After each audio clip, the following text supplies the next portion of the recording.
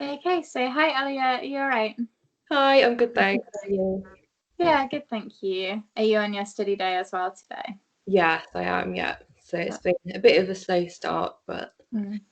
trying to be productive. It's quite nice to not have to get up and go into work and just take the morning a little bit slower sometimes. Yeah, it is nice. And I think with us, we had our exams last week. So I was on study for the whole week. So it's nice to have a bit more of a chilled start this week. Yeah. How did they go? What exams were they? So they were with audiology, it's neurosensory sciences. So in the first year, we cover neurophysiology, vision, and auditory science. So it was the exam on all three of those. That sounds so intense. Like they've just grouped together so many things. Yeah, I think Manchester are probably the only ones that have done the exams in audiology for January. So Okay. yeah, it was quite a quick turnaround. Yeah, definitely. So was that like your only assessment for that module then? Are you done? Or Yeah, so for that module, it was just the exams. We've got assignments due later on in the year for other modules, but that was the exams. okay, cool. We've got professional practice coming up as well. I think that's Mm. the same with everyone. Yeah, I think like different unis do it slightly differently, but ours is like at the start of March. I think we have like an exam Yeah, and then some kind of like yeah, coursework yeah, to do for May. yeah, I think ours is the same.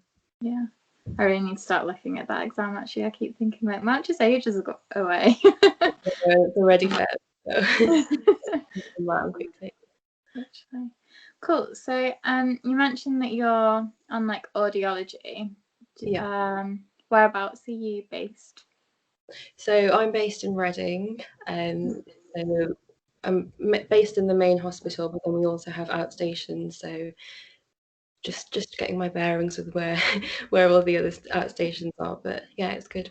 Mm-hmm. That's good. Were you from Reading or like from close by before, or have you moved? No, so I'm from Birmingham originally. So Oh, nice. we relocated mid-pandemic. Mm. Yeah, it was a bit mad. Like I've moved to Birmingham Okay. for the job, and it was just crazy. Like trying to find a house, and then you don't really know the city. Exactly. Yeah, it's hard getting viewings in as well, just because we were in and out of lockdown. So Yeah. not the best time to move, but we got there. Are there any other trainees with you, or is it just you at your trust? Yeah, so there's two of us in first year, and there's also two second years and one third year. So there's quite a few of us, Oh, which is nice. yeah, that's really nice because you can kind of like ask them any questions. Yeah, exactly. They were a big help, especially because of COVID. Things were quite different, so it was nice just to have that reassurance from them that you'll get it covered. Yeah, definitely. Especially, I guess, for like the second years because they must have had quite a lot of their first year modules that affected. Yeah, so with the first years, because of the lockdown in March, pretty much a lot of their first year training they didn't do, so they're trying to make up for that now as well. Yeah. And so we're sort of not that worse off. Yeah. Things have gotten back, like people have gotten used to the situation now, I think, so the training's a little bit more smooth. Yeah, because I think in the first lockdown everything was cancelled, all clinics were cancelled, but we're still seeing patients, so it's nice to still have that hands-on experience. Yeah. What did you do before the STP? Like, what's your background? So I actually did the BSc in audiology. So I qualified in 2018. So it's been a couple of years. Since then, I knew I wanted to do the STP, but I just wanted a bit of different experience first, just to see if it was really what I wanted to do. So after graduating, I did a research audiologist post in Nottingham, and that was sort of working on a hearing aid study, Okay. running the clinical side of things, seeing participants and things like that. So that was really cool. So I did that for about 10 months, and then I went into adult NHS audiology work, and just so I had a bit of research and clinical exposure, and I did enjoy the two equally. So I Yeah. think that's why I felt the STP was a good route to go down because it would combine the two of them. Yeah. It's so good that you got insight into both the different sides to make sure it was like what you wanted to do beforehand. Yeah, I just think it's 3 years of your life. It's a big commitment. So make sure it's something you do actually want to commit to. Yeah, definitely. Yeah. What have you been up to so far? So, as audiology, has it been affected because you can't do consultations and stuff like that much at the moment? Yeah, so like I said, in the first lockdown, it was affected because we pretty much cancelled all patients, and with audiology, it is a very patient-focused specialism. Yeah. Compared to a lot of other specialisms where you could say do lab work or work from home, it's a bit more limited with audiology because you Yeah. actually have a patient there to train. So it's been good now that we're still seeing patients. It's limited, but we have a hands-on experience. That's nice. That's good. Do Yeah. you, so are all of the things that you do kind of like hearing tests? So I know nothing about audiology basically. So it's quite varied. So it's all related to do with hearing. But we see a wide range of patients. So it ranges from doing testing newborn babies to the elderly. So it's a good mix. I think that differs from doing the BSc where it was pretty much adult based. But with the STP now, I'm getting some experience in paediatrics and seeing some of the testing on newborns as well, which is really good. I wasn't really sure if that was something I would enjoy, but so it's good. And so pretty much there's just a lot. So with the adults, you do so the initial appointment will be a hearing assessment where you do the hearing test. Um, Depending on what they get, you can refer on to ENT, the GP, or other specialists. Or if they're suitable for hearing aids, you go down that route, and then you go and fit them with the hearing aids, and then you follow them up.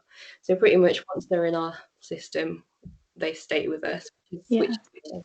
And they all once they have been issued with hearing aids, they always have the option to come back and have them fine tuned. So we never discharge them as such. So that's good. A paediatric point of view again is a lot of testing is adapted quite a bit for paediatrics. Yeah. So it's very variable depending on how the child is feeling that day. Depends on what will get done. So you never know what to expect with the paediatrics. And then also we do have a vestibular department. I haven't done any of that yet. That's pretty much their training. So yeah, it's quite a lot. It must be hard to do it with a baby because they can't tell you what they can hear and what they can't hear. Yeah, so with the babies, it's more objective tests you do. So ADR, so brainstem testing where you put electrodes on them. So I think that's where the overlap is with the neurophysiology. Yeah. So it's good that we had the different modules in first year just to have that baseline knowledge of everything. What did you, so you said you were in Manchester. Have you done all of your uni teaching or do you have to go back for more? Yeah, we had our 7-week block, so September till November, so that was pretty intense, I think, like a lot of other specialisms. So I think we're going back for a couple of professional practice things that we have in March, and then in the summer we do have a little bit more as well. I think it's 2 weeks. So, but the main block of it has been done. Yeah. Yeah, it was like so much teaching. I obviously don't know if you, I just know it from like a genetics perspective, but there was so much information. I was like writing up lectures for weeks after it had finished. Yeah, same. I don't know about you, but I find it really hard to get into the online way of learning. It's just being stuck in your room, staring at the computer. It's hard to take everything in. So I did have to find that I had to go back over lectures and make notes, and that's when it made sense rather than when I was just on Zoom. There's so many like distractions as well, and with a lot of them being pre-recorded, I think it just takes so much longer because you can pause it and go and get a cup of tea and like start doing other things. Yeah, exactly. Yeah, with the pre-recorded stuff, it did take take up quite a long time as well, just because it's all stuff. So I think they do give you an allocated time to do it in, but probably run over. Yeah. So were your exams like all, were they 3 different exams, or was it kind of combined into one? Yeah, so usually it's a normal exam, but because of COVID, it was split into 3 24-hour exams. Okay. So they were sort of open book essay style. So you had 24 hours to complete each question, and each one was for each of the specialisms. Yeah, so that was quite a long week. Yeah, it's quite intense because you can't even like put it out of the way once you've done your first one. You know you've got another one coming up. Like. Yeah, it's a bit non-stop. It wasn't as bad as I expected, so I think it could have been worse. So yeah, definitely. How about you? Have you had any exams yet? So we had like a similar kind of thing, but it was a week. Well, it was 5 days long rather than just one day to do the genetics exam, and it was like short answer questions. So I didn't do loads of work, I'm not gonna lie, because it was like 5 days long and open book. Yeah. But we'll see if that was the wrong decision soon, I'm sure. I'm sure you've been fine. Do you like train? Have you done a lot of your training on patients, or do you kind of learn on the other trainee and then take it to patients, if that makes sense? Yeah, so with us, I think we're pretty much let loose with with patients. Obviously, you have someone there, but that's how you learn when there's someone with an actual hearing difficulty or just learning to communicate with patients. Yeah. So I think the main thing is just not being afraid and just getting stuck in, even though you just started, because there is someone with you. You're not just on your own. So a lot of it, I think, if you really enjoy working with patients, then audiology is the one for you. But if you prefer something more behind the scenes or lab based, then not so much. Yeah. I guess like there's not a lot you can do without the patient being there. So yeah. So we can practice on each other, but it's not quite the same. Like pretending not to be able to hear. What are the tests that you do? Like, is it literally just kind of a noise gets louder and they say when they can hear it? Yeah, so with the adult testing, it is very sort of subjective test. So it involves, so you put on a headset and they have a button to press every time they hear the sound, and essentially you're looking for the quietest sound they can detect. And that's just the basic test, and then from there it can be more advanced. So you can do speech testing, where you have their ability to recognise speech, especially in noisy backgrounds, because that's a common complaint. Also to look at the auditory processing as well, so on the tests as well. We also do tests of middle ear function, so looking for any congestion behind the eardrum. So you can sort of localise, is the hearing loss coming from the inner ear, or is it something to do with the middle ear, and then refer on or treat from there. So I guess, like, do you kind of try to treat it in-house, and then if it's something a little bit strange, you like forward on to the other teams, if that makes sense? Yeah, so with audiology we do have quite strict not strict, but we have quite specific guidelines about when we'd refer on. So a lot of the more funky things going on with the ears, we refer on to ENT, and then once they've been all clear, we can proceed with hearing aids or other treatment options. So yeah, I think the nice thing about it is it's not life or death compared to a lot of other things. So it's, if you see anything strange, I think it's just being able to detect it and then refer to the appropriate people or team. Yeah, it's not like really quick things that need to be sorted out, I guess. Yeah. It's an interesting one to kind of go into through a BSc. Like, how did you know that you wanted to do audiology? I always get asked that question. Sorry. I always knew I wanted to do something healthcare related, but like medicine or doctor's nursing, that just wasn't, I wasn't into that. So it was either between eyes or ears really for me. And then I looked more into audiology because I didn't know so much about it. Um, it is quite a rapidly advancing field, and it is quite upcoming at the moment. Yeah. So I thought it was a good time to join, and I found it really interesting. I just really like how it's so broad, and you're not. It varies in who you see, and it's essentially helping improve quality of life, which is nice. Yeah, definitely. I think when we were at uni, there was some like lectures about stem cells and things being able to kind of help like hearing problems, and I did find that really interesting. Yeah, I'm not sure that's been around for a while. Talks about the treatment of hearing loss, but I'm not sure if that's anything. Yeah. Yeah, it's quite interesting, the crossover with genetics, because we do on paediatrics, there are some syndromes that we receive referrals from geneticists for. So I think for one of my electives, I was thinking that probably would be really good to see. I'm biased, but it is really good. So, do you know what you've got on for the rest of the year then? Like, what are your rotations for first year?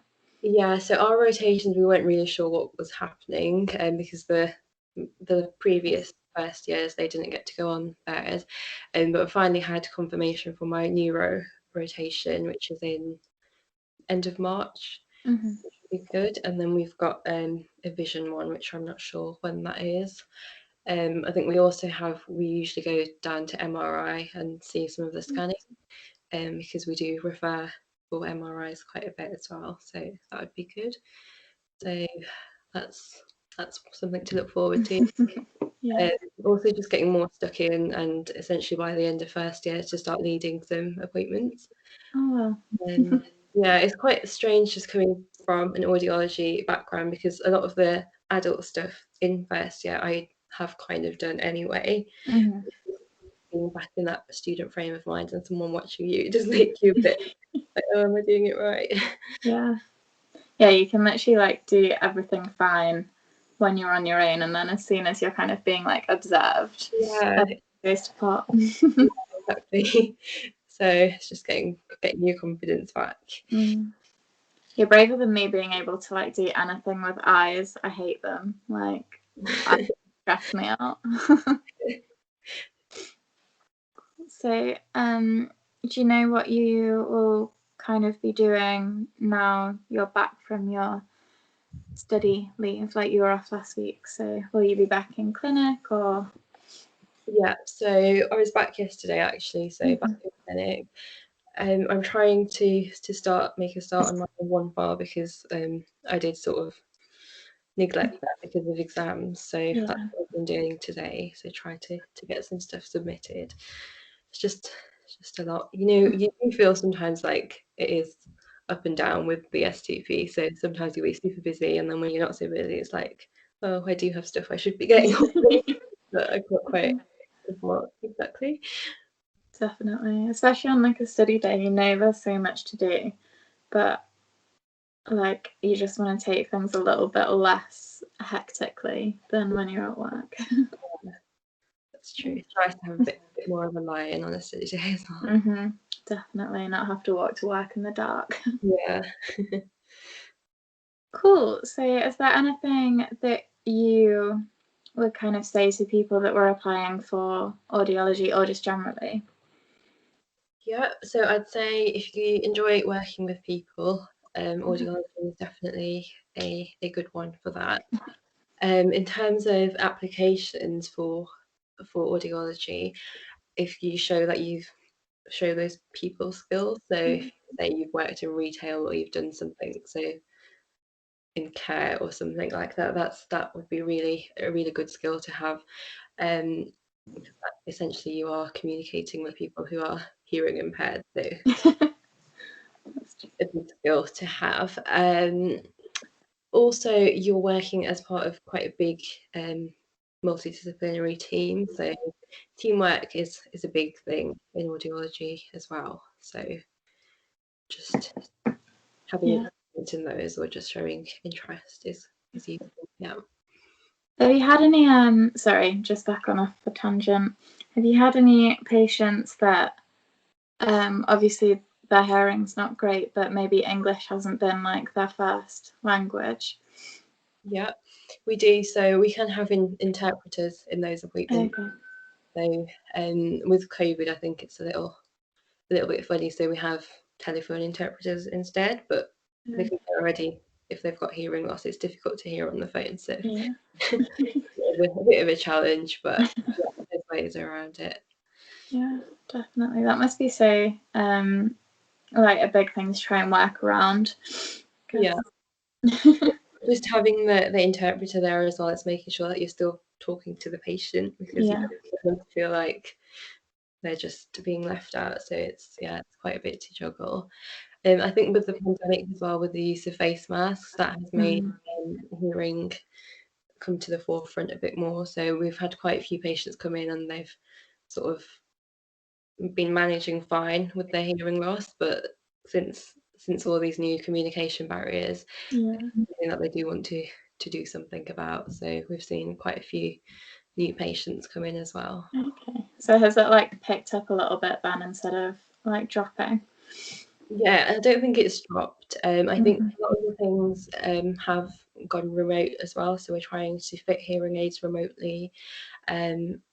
So we're not seeing as many patients in clinic, but we're still having them being referred to come in. Yeah. That's good, because quite a lot, like there was a drop and then it kind of picked up. Now everything's back to normal. But it's nice that it kind of carried on. I guess people can't really live if, well, they can live if they're not hearing, but not as well. Yeah, it can have quite a negative effect. So like loneliness and just feeling isolated. So I think it is quite important right now as well, when everything's so strange anyway.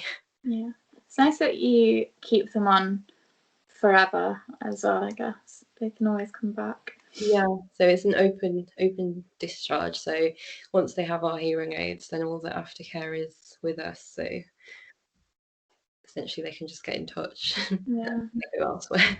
It's nice to be able to see them the whole way through. Yeah. Cool. Thank you so much for doing this on your study day, on your like relaxing day. And yeah, I hope you have a productive rest of your day as well. And you. Bye bye.